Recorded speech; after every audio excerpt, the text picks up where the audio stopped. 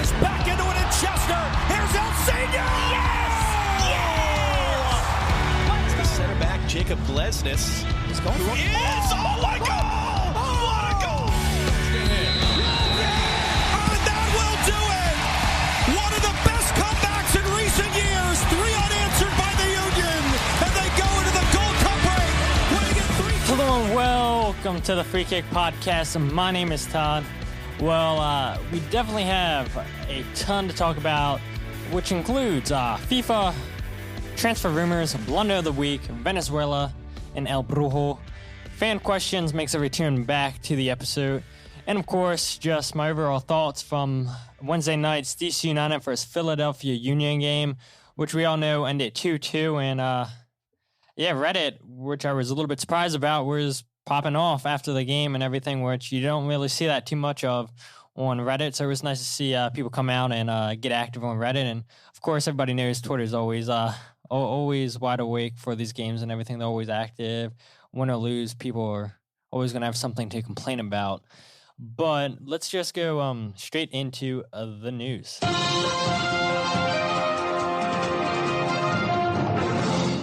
So there was a rumor by some fan page that reports on news from Chilean club Cholo. That club is interested, apparently, in signing Sergio Santos from the Philadelphia Union.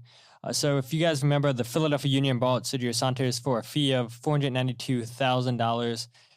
And, they came out and said that Sergio Santos only needs 6 more months in Chile to become a Chilean citizen, which would then qualify him for the Chile national team, who are desperate for strikers right now. So one would think, if Sergio goes to Chile, whether it's on a loan, whether it's on a permanent deal and everything, gets those 6 months, one can assume that he would get called into the Chilean national team pretty early on, just because they need strikers and everything. They're pretty set in the midfield and everything, but they really don't have anybody up top. And Sergio Santos, when you look at Brazil, look at Argentina, where they just have a surplus of strikers and everything, Sergio Santos isn't going to be a striker like these two nations produce and everything. But for Chile, why not kick the tires on Sergio Santos if he indeed can get a move to Chile to qualify him for a nationality. But we'll see. I mean, it's just a rumor. That's the only thing that I've seen online linking Sergio Santos to this club. If I was the Philadelphia Union, I would only sell Sergio Santos for $1 million. Anything else, no, I'm not accepting. I mean, even if the Union, I guess $1 million's basically doubling what they paid for and everything, but I don't think the Union are in a position where they need to sell Sergio Santos. He's 26, 27 years old. He's not old. He's not, young. I guess this is when soccer players end the prime of their careers and everything. But yeah, if I was the Union, I just really wouldn't sell Sergio Santos unless they get it blown away by some offer, unless he expresses, I want to go to Chile, and maybe he wants to go there. Maybe he doesn't want to leave the Union. Maybe he only wants to go for 6 months so he can become a Chilean citizen, which then, like I said, qualifies him for the national team.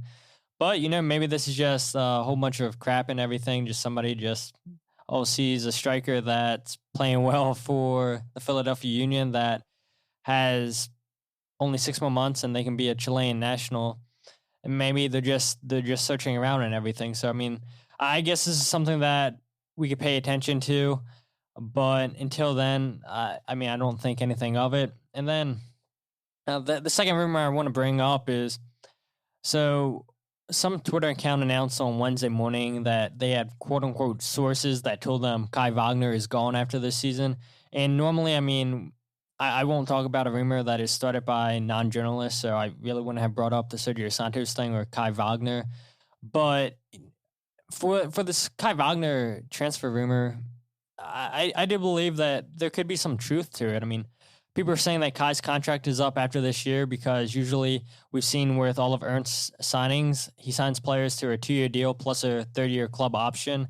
Now, that's the one thing that I really do hate about MLS is it's so hard to find out how long these players are signing contracts for and everything, unless it's like some high DP signing and everything. But the local journalists, they never report on the contract lengths. You never see the reporters at MLS.com come out and report on the contract lengths. I guess just MLS doesn't want that stuff out there unless, like I said, you're a big signing and everything. So that's one thing I really hate about MLS is you don't know how long these players are signing their contracts for. But why could this be true? Well, I think since last year we've seen Kai Wagner is above MLS quality and that he's always been a player who's looked destined to go back to Europe, whether that's to Germany or maybe another league. There's a guy who left Germany at 21 years old, 22 years old, who was playing in Schalke's second team, and then he's floated around to second and third division teams in Germany. And everybody, when we made the signing, was like, why are we signing a player this low in the German leagues? Like, shouldn't we be going for players of higher caliber? And look, Kai Wagner's turned out to be so much better than what we all thought we were getting. Ernst Tenner obviously knows what he's doing, and I think, he'll be 24 come February 15th, and in my opinion, that's still young enough to make the jump back to Europe. And the one thing I have a problem with is, if we let Kai Wagner leave for a free, like I said, usually Ernst Tenner signings are on a 2-year deal plus a club third option. But, that's just us assuming. Maybe Kai Wagner didn't get a third-year option. I mean, I can't see why he wouldn't have, because Ernst Tenner obviously thought highly of Kai Wagner, spent around $300,000 on him in the Bundesliga 3 and everything. So you're not going to pay that kind of money for a player that's I mean, obviously there was something to it. Like I said, he was playing in Schalke's second team. Obviously, at a time, Schalke saw something in Kai Wagner. And, I mean, you see it all the time with young players in Europe. They just come through big clubs, academies, and everything, and not everybody makes it. So they're going to lower leagues, lower teams, and that's where they spend the rest of their career. So we'll see what happens. I mean, if I'm the Union, apparently his market value, according to transfermarket.com, is at 1.1 million. I mean, take that as you will and everything, but I honestly, we paid 300,000, like I said, for Kai Wagner. I don't see why we can't at least double our profit on Kai. Just the only problem is, like I said, if Kai Wagner only signed a 2-year deal and there is no third-year option, I'd really hate to see him leave on a free, because somebody's going to get a stellar left back that I think can go ahead and perform in Europe, and especially Germany. I think he probably will wind up in Germany, but we've seen the emergence of Matt Real this year, and I think he's more than capable of being a steady left back for us for years to come. I always said last year, I think Kai Wagner he impresses all so much last year, and I said if he has another good year, I wouldn't be surprised if he leaves in one more year. And the problem with Kai this year is staying healthy and everything, but every time he's out on the field and everything, he's performing and everything. And the last couple games, he's not really done much in the attack, and I think a lot of that has to do with Sergio Santos maybe not linking up with him like we've seen in the past. But yeah, I mean, if this person's right with this Kai rumor and everything, he's not back next year, I mean, I want to credit them as a credible source and everything, and maybe they know Kai personally, who knows. But yeah, I guess that's just one to keep an eye on. But I do, if we ultimately do lose Kai Wagner at the end of the season, I feel comfortable with Matt Real. He's shown that he's good in the attack. He's good defensively. Yeah, he has stuff that he can work on, but it's a lot better than playing Ray Gaddis out there on the left, that's for sure.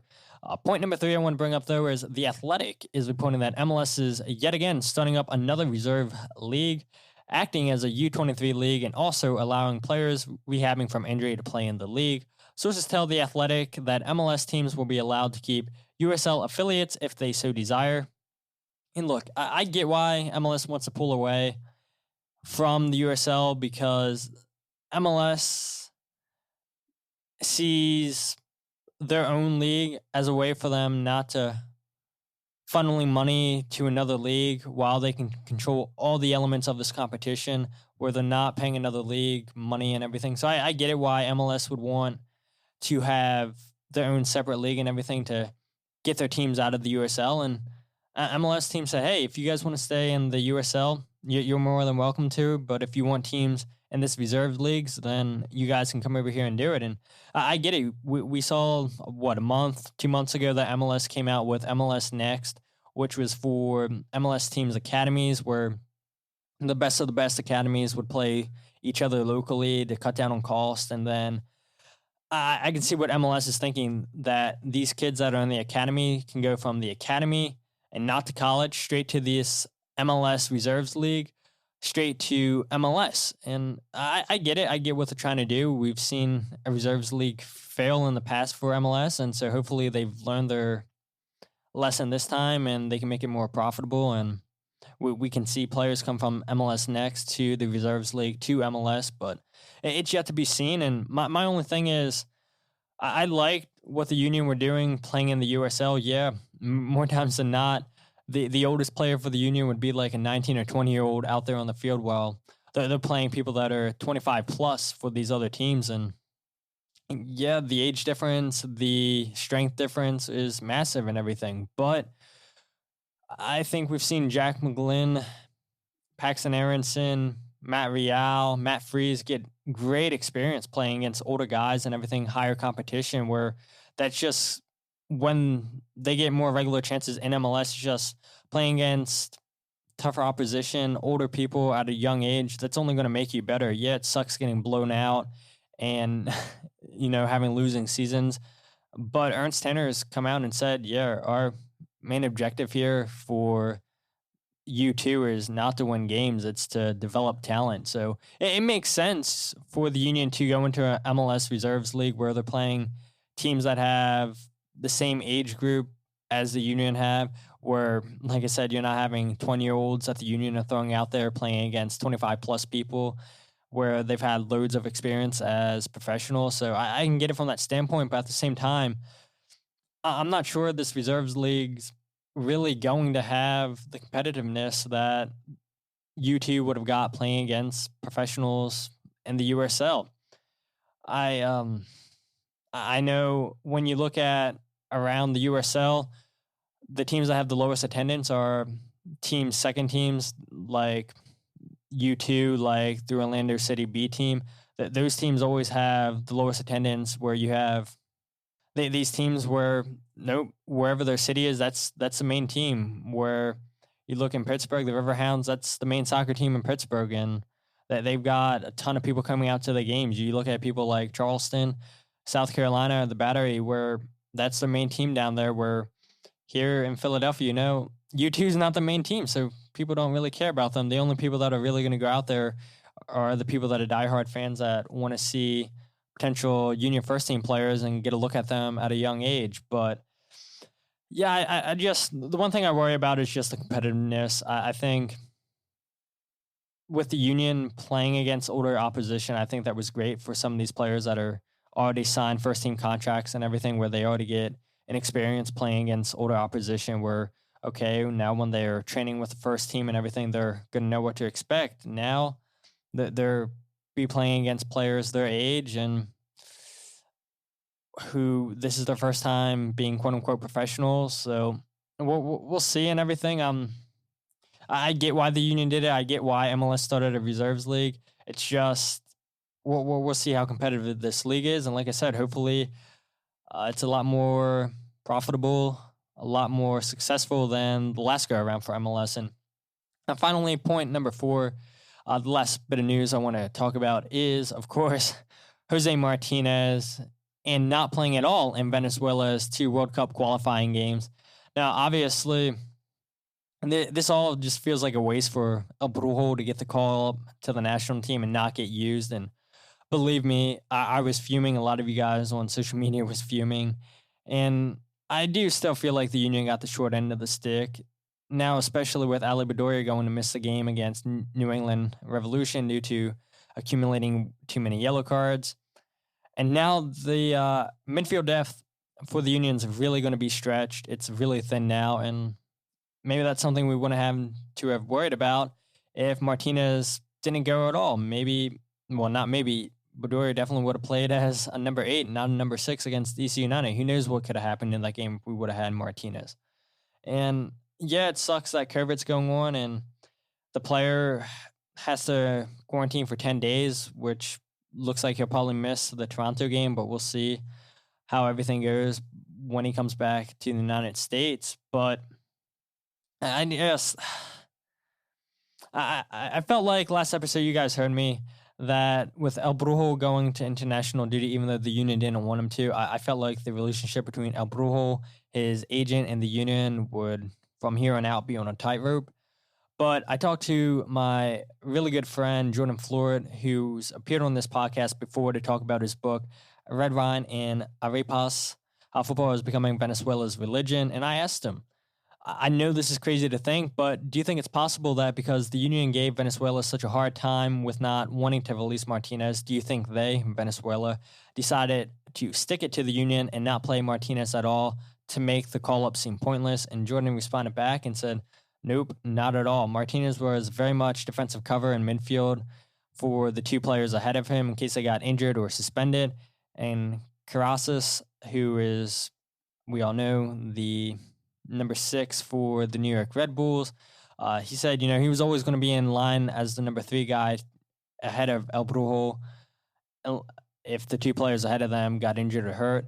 And he said that just the whole midfield for Venezuela was really thin, so that's why El Brujo got the call up. And he told me that there's a lot of hype surrounding El Brujo right now by Venezuela fans because they see how well he's adopted to MLS, that they see how well he's playing right now for the union. And Jordan said, he believes if Jose can continue to play the way that he's playing for the union, that call-ups are going to continue to happen for him.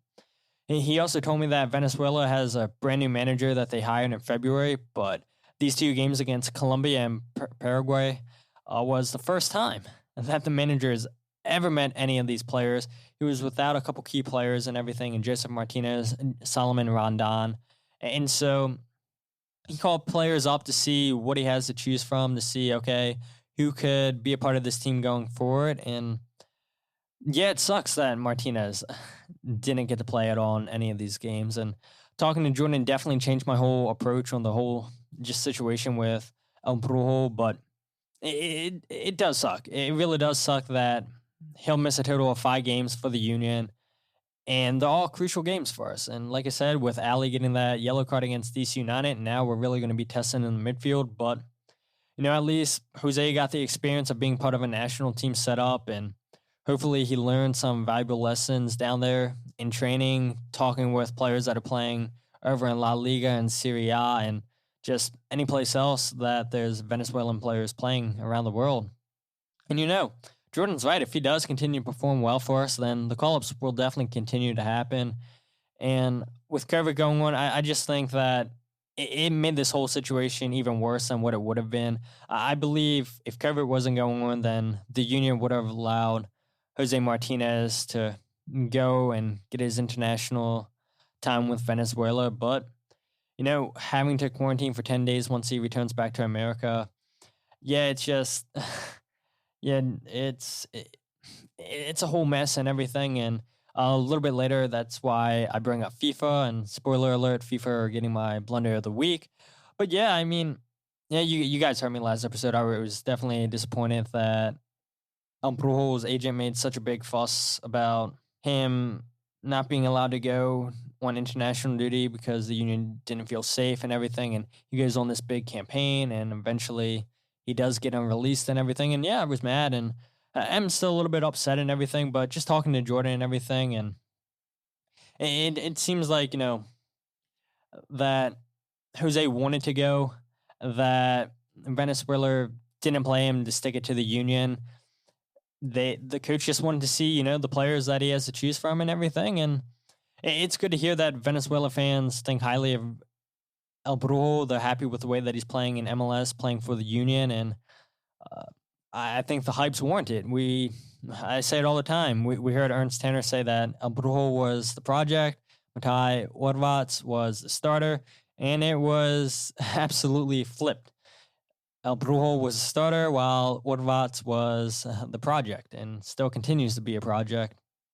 But we'll see what happens and everything. I have nothing really else to say other than, Jordan definitely changed my whole idea, my whole approach, how I felt through this whole situation and everything. And hopefully Jose comes back to the union motivated and just kicks off where he left off. But let's go ahead and talk about the DC United versus Philadelphia Union game, which we all know ended 2-2. And you know, what's there to say? I mean, DC United, they totally dominated the first half against the Union. DC United, they had 8 shots in the first half. They forced 2 really, really, really good saves by Andre Blake. DC United, they did an excellent job cutting the passing lanes for the Union. The Union looked really, really sloppy in the midfield, and, there's a reason why these two teams went into halftime tied 0-0. The Union just going to get anything going in the midfield, and I thought it was smart, playing Anthony Fontana as a 10, playing Aronson at the 8. We saw that be successful in the past, and there's no reason why it shouldn't have worked. But DC United, they came prepared, like I told you guys. I had a feeling that DC United were going to be motivated because they just fired Ben Olsen. And, yeah, they really don't have anything to play for. But, when they play teams that are fighting for spots in the playoffs, yeah, they're going to be motivated to knock those teams off, to make them miss the playoffs, to make these teams get a lower seeding than what they currently have going into the playoffs. So, yeah, I wasn't surprised to see DC United come out motivated and play a little bit better than the Union.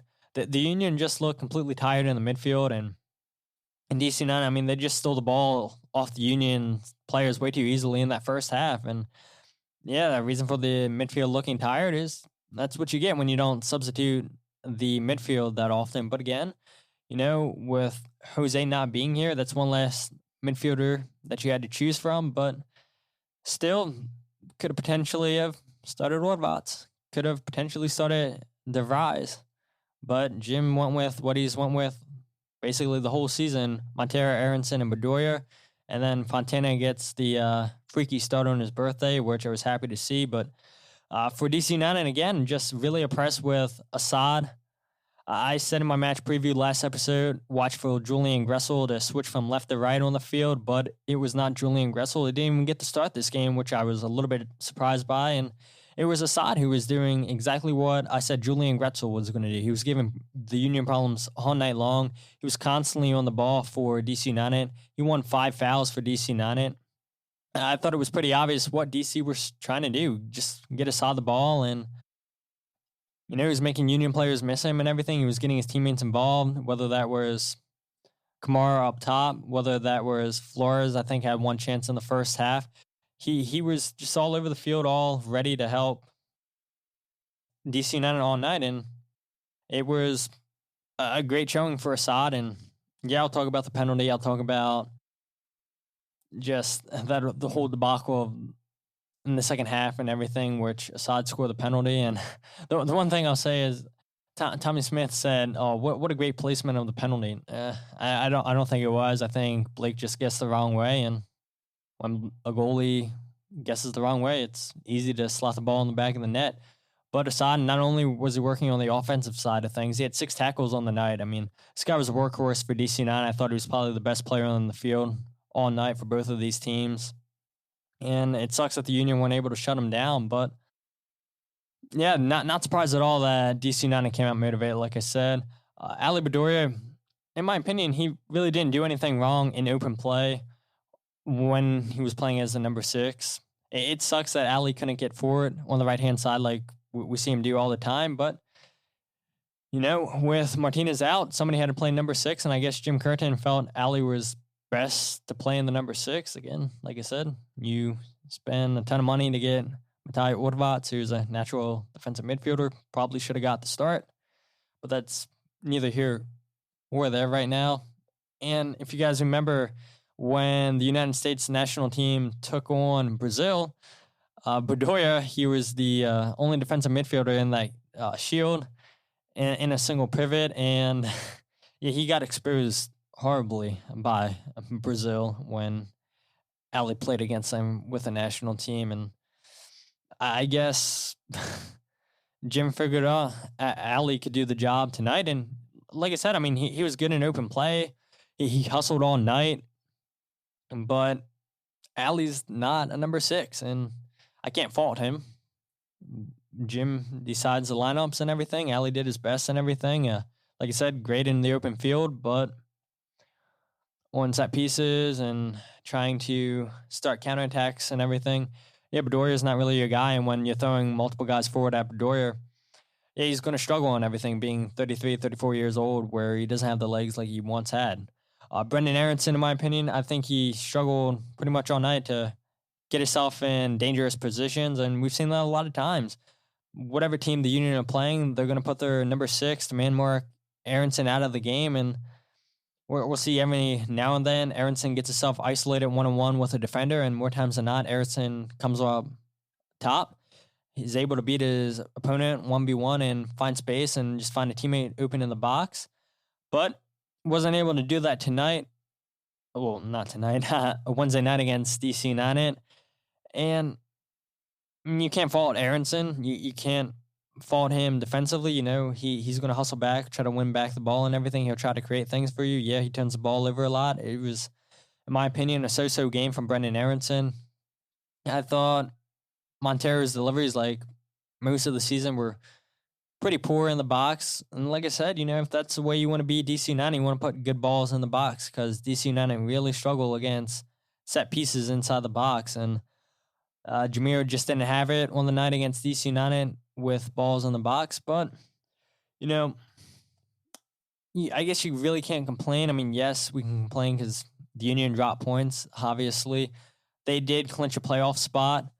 Now they're the second team in MLS to have their spot secured in MLS. And in case you guys weren't following and everything, the standings in MLS look right now on the Eastern Conference side of things.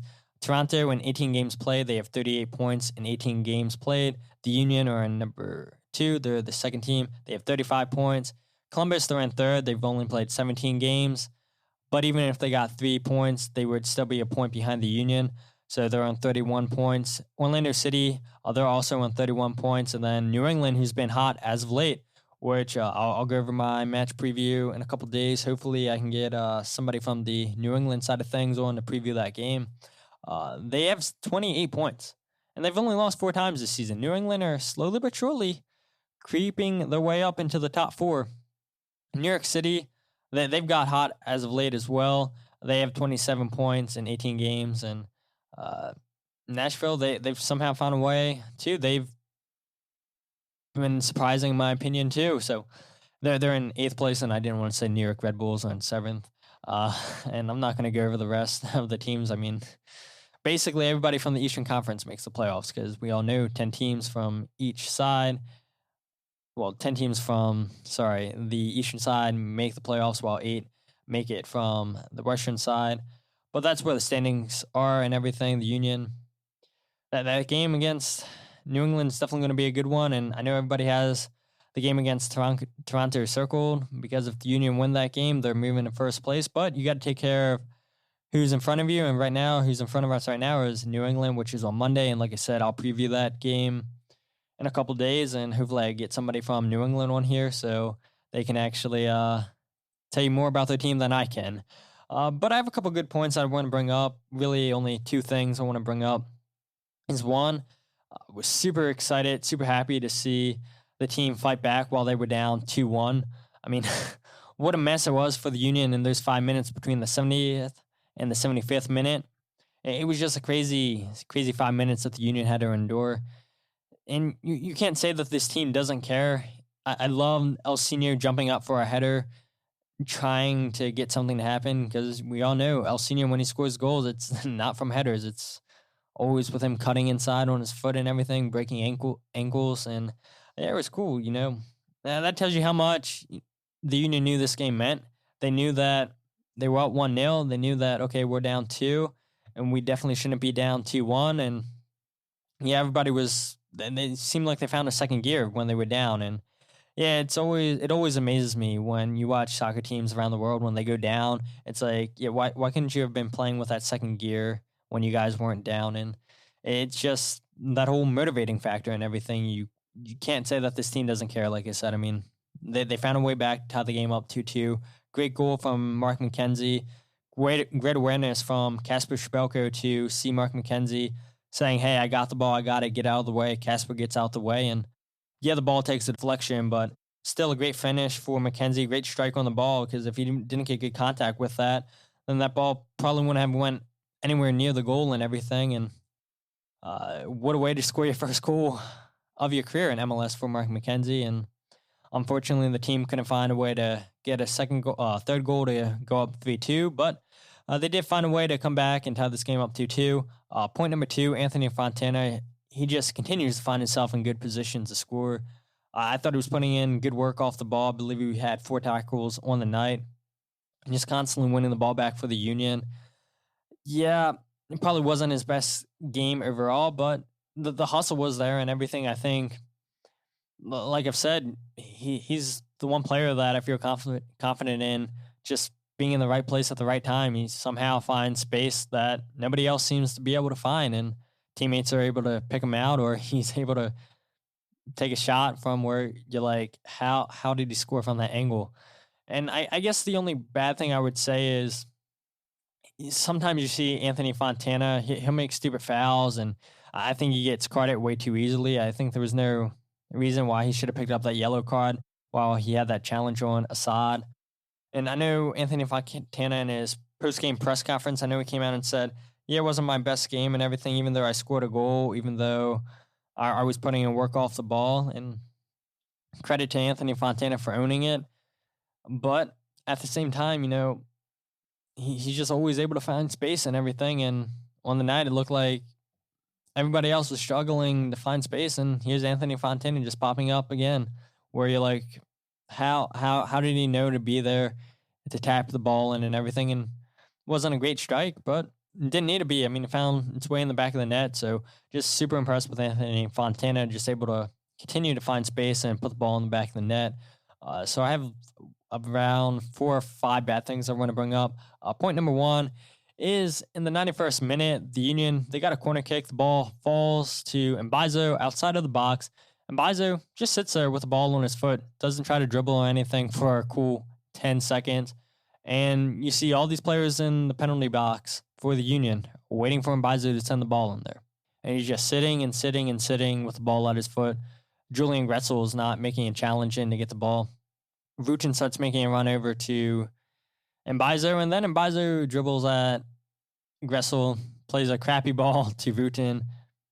Vucin gets pinned in by 2 DC United defenders and just watches the ball go out of bounds. And these are 2 guys that I've noticed, when the Union need a goal where they're trying to clean up shop, they don't seem comfortable on the ball in crucial moments. And that's something you never want to see. You want, no matter who's on the field for you, you want them to feel comfortable in any situation with the ball. That you don't want to see them just sit there frozen like a statue when they get the ball, not sure what to do with the ball. And yeah, unfortunately, it seems like that happens more times than not for Mbaizo and Vucin anytime they get the ball when the Union are trying to get a goal back. Point number 2, the Union, they still struggle at defending corner kicks, in my opinion. They're not the strongest at clearing the ball. They're cleared out of the box, but more times than not, it just falls to an opposing player right outside the box, and they're able to send the ball right back in, or either win a corner kick or finds a deflection or finds a way past Andre Blake. So would like to see the Union try to defend corners better.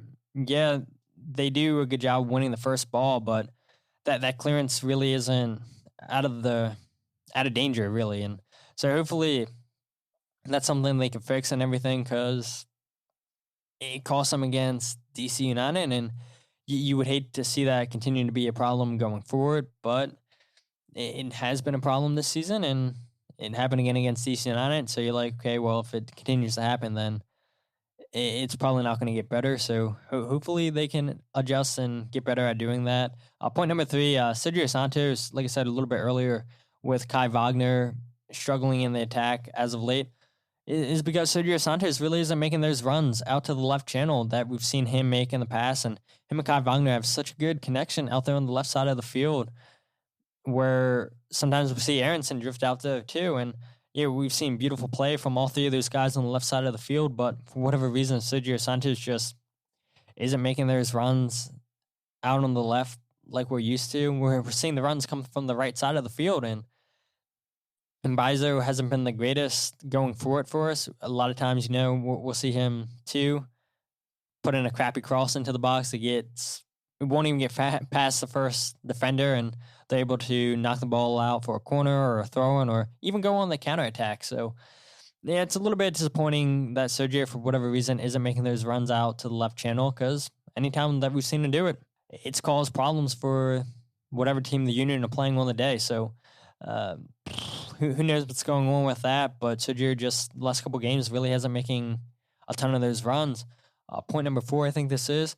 We're just struggling to get our strikers in dangerous positions. Casper has went 5+ games, I think it is now, without a goal. Sergio Santos, I know, scored a goal against Montreal Impact coming off the bench. But after that goal, Sergio really didn't do too much in that game against Montreal. And it's a little bit concerning that, these guys just aren't getting in great positions. And it all starts with the midfield. And I guess it goes back to the midfield being tired. And like I said earlier, it's good to see them have a second gear when they're down and everything, but you want to see them have that second gear when they're up and everything, and really just pouring it down on the opposition where they have no way to come back and everything. So whoever's playing in the 10 position or playing in the number 8, you would just like to see them get our strikers in more dangerous positions. I know the Union love playing long balls over the top by Jack Elliott or Jacob Glesnes when Jack Elliott's not in there, and they hope that Casper can run onto a ball, so they're using Casper to send the service into the box, and that's why you're getting goals from your midfield.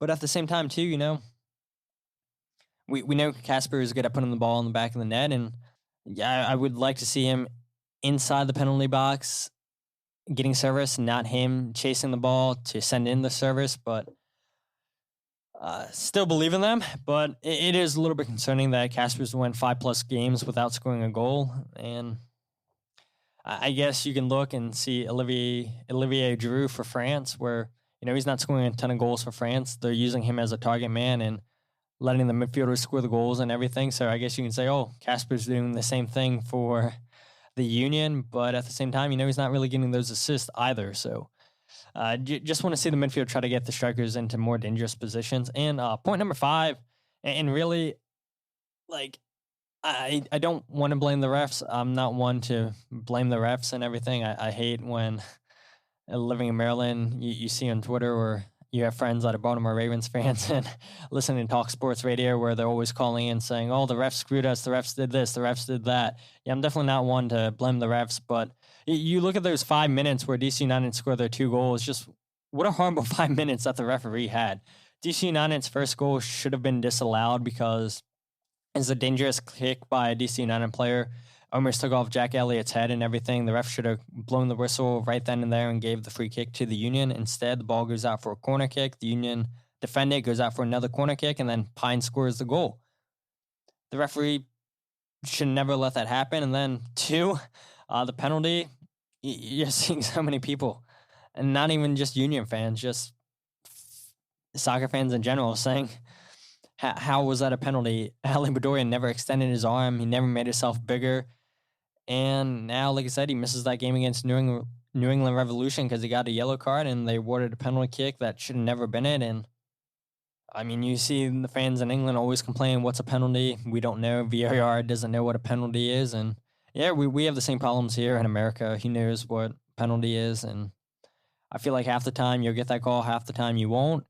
And here's the funny thing, too. The referee that ref this game was the same referee that ref our game against Montreal when we played Montreal away. And Cueto, when he got that red card against Mark McKenzie by elbowing him, remember the referee at the time only gave him a yellow card. He didn't think anything of it until Jim Curtin was going berserk on the sideline, and then the referee finally decides, okay, let me go look at VAR and see why Jim Curtin's so upset. And he's like, there was an elbow to his head. Yep, here's a red card. So, I mean, seeing the referee do that against Montreal when we played them and then didn't have the best night against DC United, it sucks, but you've got to find a way when calls don't go your way to come back. And like I said, luckily the Union were able to get a draw, get a second goal through Mark McKenzie. They hustled. They threw everything they had to get a point. It sucks because these 2 calls went against the Union. Shouldn't have been called, but it is what it is. You can't sit here and blame the refs every time that things don't go your way. But I do want to go ahead and get Blunder of the Week before we go ahead and talk about fan questions. And like I said, my Blunder of the Week is going to go to FIFA for just going ahead and having these international soccer games. We've seen the likes of Raul Rudiez of the Seattle Sounders test positive for COVID while he was away with the Peru national team. We saw Guendouzi, who's an Arsenal player who's on loan with Hertha Berlin, while he was away with the France U21s, he tested positive for COVID. El Shaarawy, who was away with Italy, he tested positive for coronavirus. And then most notably, Cristiano Ronaldo, while he was away with Portugal, he tested positive for the coronavirus. Now, these players will return to the club and miss crucial games for their clubs. These players can stay isolated to an extent while they're at their clubs, but while they're away on international duty, they're constantly moving to different hotels. They're constantly moving to different countries, just different areas and everything, where who knows where they could have got it from and everything, where as opposed to being wherever your club's at, you can say, okay, we know that you're going to stay in your homes, you're going to stay in your hotel, whatever. You're not going to travel to multiple hotels. You know that you're going to travel to a game pretty much the day of, sometimes a night before and everything. But yeah, I think this all could have been prevented by FIFA, especially with the Nations League, which I still, when I was doing my Premier League podcast and everything, I thought the Nations League was the stupidest tournament ever, but I get it, I think UEFA came up with a tournament to allow the smaller nations to potentially qualify for the Euros, but I mean, the club teams are going to do the best they can to try to prevent their players from getting COVID. But, FIFA said, nope, you got to have these international games. Yep, UEFA, you got to make sure you finish those Nation League games while everybody else, let's make sure you do your World Cup qualifying games. I mean, it's a joke, and we'll see if FIFA decides to have another international break in November, because if they do, I'm sure you'll hear more players that are away with the national teams test positive, and yeah, we'll be right back here again, and hopefully if Martinez goes away with Venezuela, hopefully he stays healthy. But yeah, I think FIFA are dumb for having these international games when they shouldn't be going on right now. So FIFA, they get my blunder of the week, but FIFA's never a bad choice to get a blunder of the week with how corrupt they are. So let's go ahead and get to some fan questions. So question number one, I guess this guy technically has 3 questions. He had 4, but I answered his 1 question earlier in the episode. So question number 1 comes from Mike Thomas, friend of the show, friend of the podcast. You guys have heard him before here. Yes, question number 1. Does Corey Burke take over Andrew Wooten's spot as the late game striker sub? That is absolutely going to happen, in my opinion. I think we'll still see Andrew Wooten, but the odd chance that we would see Galena, or every now and then, I know Jim will throw out DeVries as another striking option. Instead of DeVries, I think now it would be Wooten. But when we need a goal, it's going to be Corey Burke coming off. We know Corey Burke scored in MLS before. We know that he hasn't played soccer in quite some time and everything, so who knows how fit he is. But just because we've seen Corey have success in MLS, I think Jim's going to be very tempted in New England, even if we're up, to just throw Corey Burke out there just to see what he has, get him some minutes under his belt, see how he performs in a game. I would be shocked if we see Andrew Wooten against New England, and if Corey Burke shows well, if he shows that, he can keep up fitness-wise, I think Andrew Wooten's days are numbered unless we're super desperate for a goal, especially come playoff time. If we're chasing a goal, Jim Curtin just throws all his attacking options out there on the field. I could see that happening. But, Andrew Wooten, I think his days are numbered here at the club. I honestly wouldn't be surprised if we just let Andrew Wooten go at the end of the season.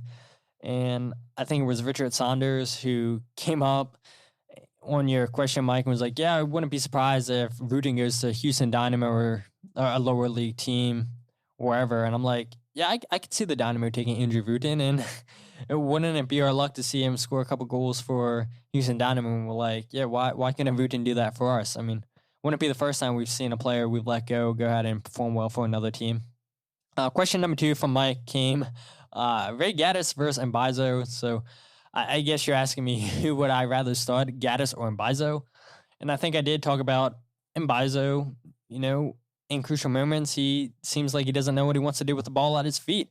Or Ray Gaddis, at least he knows when to cross the ball, and every now and then he'll send a good ball in the box. I mean, he's not the best going forward. I think Gaddis probably is better defensively than Mbaizo. Mbaizo is not a bad option coming off the bench if you need defensive stability. But going forward, last couple games, I really haven't been impressed by Mbaizo.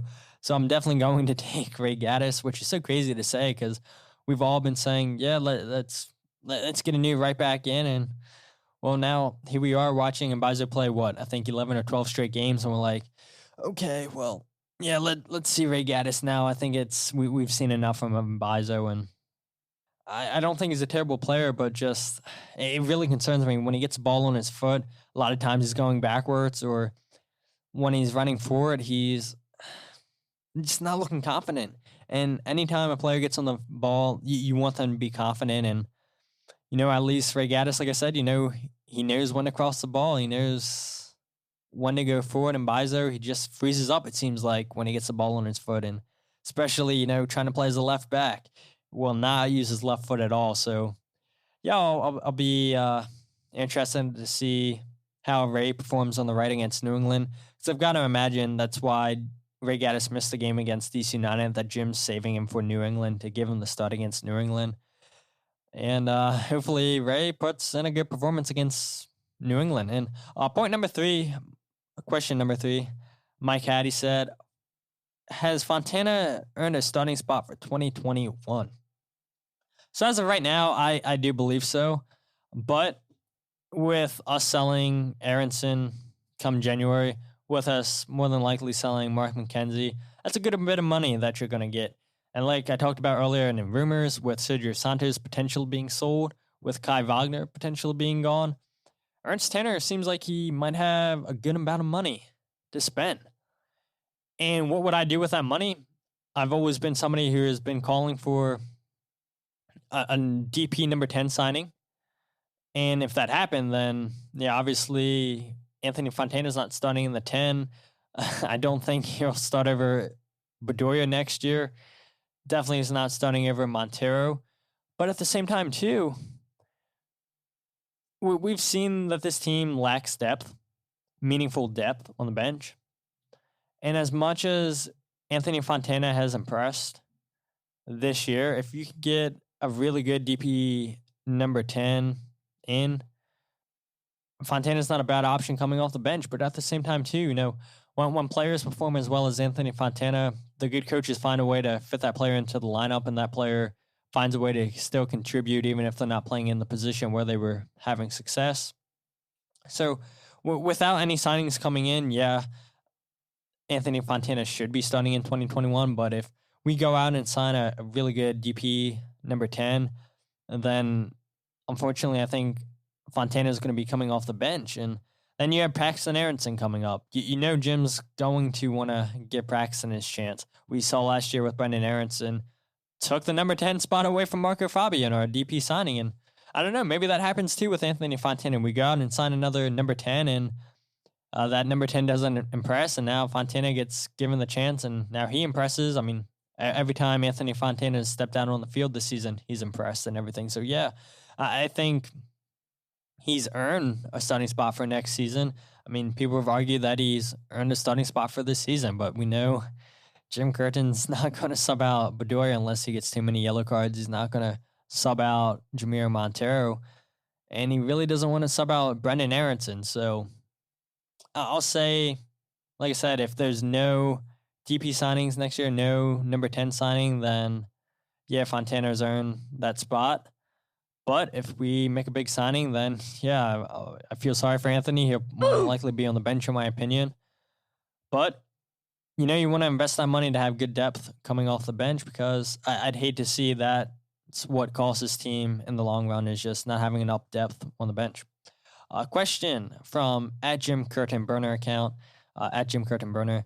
With U2 season done, which of the three prospects who were caught up are you most excited for? So I guess you're asking me about Jack McGlynn, Nathan Harriel, and Paxton Aronson.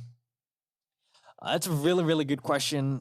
All three of these guys look very promising, especially how young they are. I know Nathan's 19, Jack's 17, Paxton's 16, 17 years old. And you saw how well Jack McGlynn played against, like I said earlier, just players that are 25 plus. You saw how well Paxton Aronson played. These guys have really, really good technical abilities. These guys are always looking to go forward. These guys are always looking to get into space. Jack McGlynn has a rocket of a shot on him, it looks like. Paxton Aronson, guy's not afraid to hit in a shot from wherever. He's been dubbed as a proper number 10, more of a number 10 than Brendan Aronson. But at the same time, too, like I just talked about in Bizo, we know what he is. Gaddis, we know what he is, too. Nathan's just super duper fast, and he's always, like Jack and Paxton, always looking to go for it. And Ernst Tanner, I remember when they gave these guys contracts, that was one thing that Ernst Tanner praised. He said, these guys play the way that we want them to play. They're always going forward in the attack, and that's how we want to play, is attack, attack, attack. And I forget who scored the goal, and I forget what team it was against. It might have been Hartford, I think it was. Nathan Harriel played an excellent ball at Subaru Park. I forget who it was he played it to from the right back spot.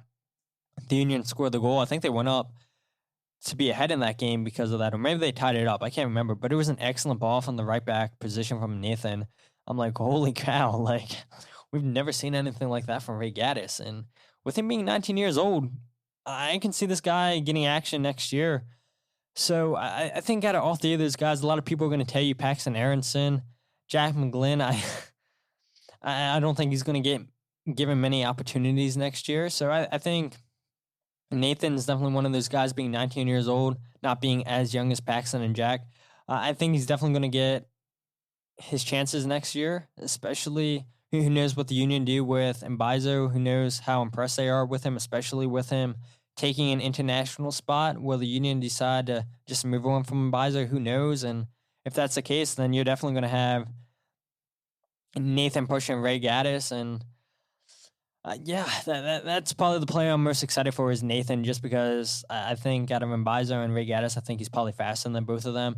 And it looks like any time that Nathan gets on the ball, he actually knows what to do with the ball. Granted, he's not going against players that are playing in MLS, but he is going against professionals, against players that have been professionals for some time and everything. So yeah, Nathan's the player that I'm most excited for out of those three guys. This next question comes from Andrew Kaufman at RockKing89. He says, does last night's tie against 2-win DC United concern you? No, and I think I probably answered that a little bit earlier too, when I was talking about how I knew DC United would come out here motivated. Jim probably should have subbed the midfield, definitely, like I said earlier as well. I'm just happy that the team found a way to come back and get a draw and everything. Like I said, there's two goals that DC United scored shouldn't have been given. They were and everything. And if you're a good team, you find a way to not let that hold you down. And the Union found a way to come back and tie the game 2-2. So yeah, it sucks against a 2-win DC United who have nothing to play for and everything other than, like I said, to ruin teams' playoff chances.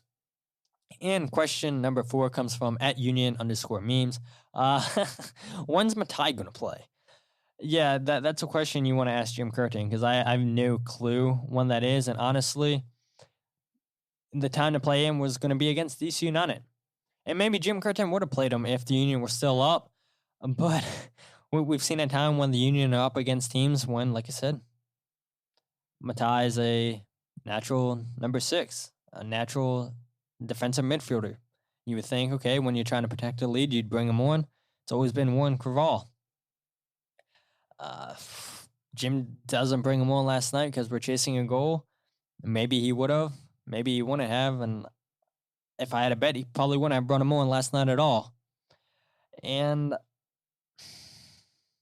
the only thing I can think of is we paid, $600,000 for him. That's a good amount of money for a player that's never left Slovakia before, for a player that's 21 years old, who's played for the national team, the youth national team with Slovakia. Like I said, we all know that Ernst Tanner thought he would be the starter, and whatever Jim's seeing in training, obviously Jim thinks that he's not good enough for games and everything. And against New England, who knows what Jim Curtin's going to come out and say in his press conference, who's going to say he's fit and everything. But if I had a bet, hopefully Jacob Glesnes comes back from his concussion, he's cleared and everything. And I wouldn't be surprised if we see Glesnes and Mark McKenzie as the two center back pairings, and I wouldn't be surprised if we see Jack Elliott play as the number 6. He played as a number 6 at West Virginia. We see Jim Curtin at times play Jack Elliott as a number 6. So probably we probably won't see him at all this whole season if I had to guess.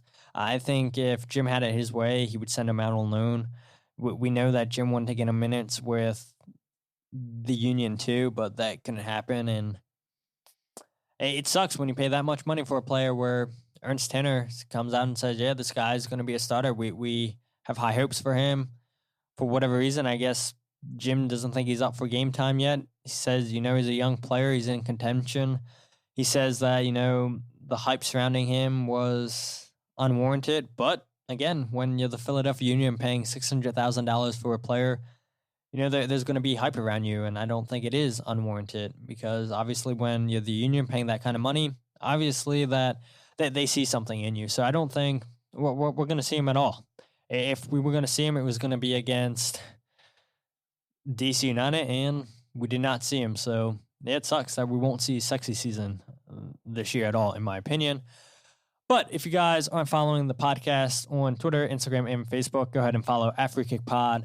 Go ahead and check out the website, thefreekickpodcast.com. Wherever you get your podcasts, The Free Kick, Todd Lewis. And like I said earlier, hopefully I can get somebody from the New England side of things to come on and preview that game with me. A lot of information I give you guys, again, for this episode. And I appreciate all the questions you guys gave me and everything. And if you guys, want questions answered, there's definitely something I can continue to do and everything. I don't mind answering questions. Hopefully give you guys good answers. But until then, my name is Todd, and this is The Free Kick Podcast.